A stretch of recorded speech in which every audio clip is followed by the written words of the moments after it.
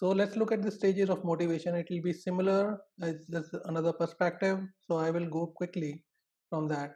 So first one is ideation, where you get the information so that when you're taking the actions, you prepare yourself for your flight. You prepare yourself to do things, act on things, right? Then it's the time for actual flight. You actually do things based on what outcome you have got in your processing of information and how you prepared for that. And finally, you reach your destination, good or bad. Infinity symbol is basically it could be anything that you're trying to do. But again, the stages are not as simple as the process of motivation. We have discussed that it can be a repetitive process. So typically what ends up happening for many people, we all start with ideation. I don't think anyone lacks the ideation or preparation. We have the source.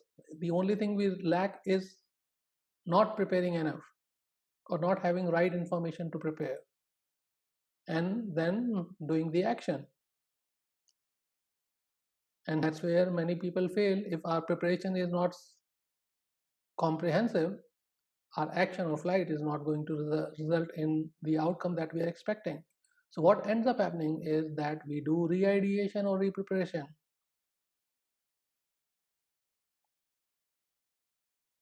So we prepare ourselves, again we try to get more information, and then we again go to our next stage, which is flight. We take action, and once we do that, we reach our destination. But what happens to many people? It is a a map for someone who's taking action and reaching their destination. Because I'm talking about from the depiction of graphics is the flight taking off successfully. But many times flights do not take off. Everyone knows that. So we end up doing the same thing. We end up ideating or preparing ourselves or re-preparing ourselves, and we end up not taking actions, inaction.